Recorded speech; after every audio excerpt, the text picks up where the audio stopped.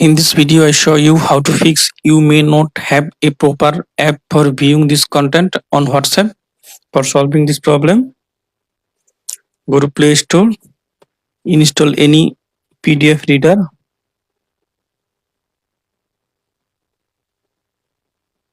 or you can install Google Drive.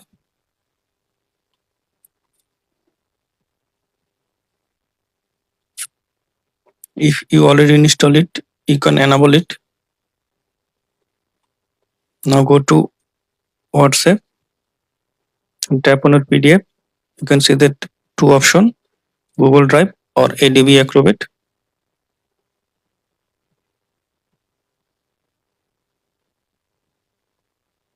Now I hope that this method fix you may not have a proper app for viewing this content on WhatsApp.